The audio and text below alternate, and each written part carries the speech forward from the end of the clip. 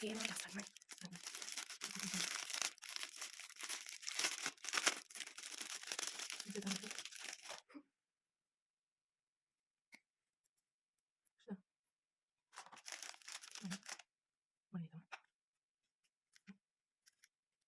Koyun aslında çok koyunca. Koyun tutuyor. Süt ödedi. Koyun tutuyor var. Sütün var. Koyun tutuyor. Neyse.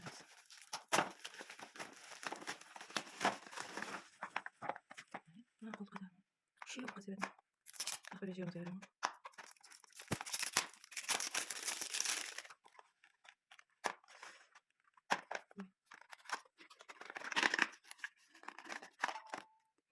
Seviyorsun bunu?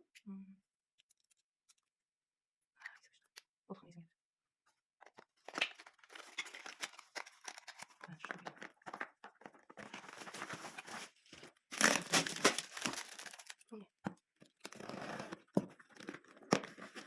Şuraya yok. Şuraya yok. Katma.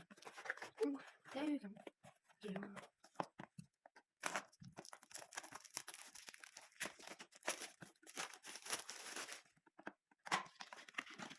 Ben şampuan koyacağım. Şampuan mı? Konuşuyor var. İşte.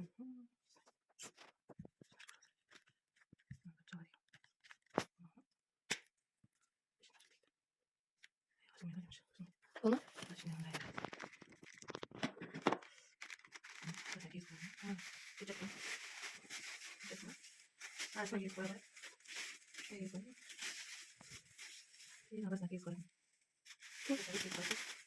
Onu hiç koymadım.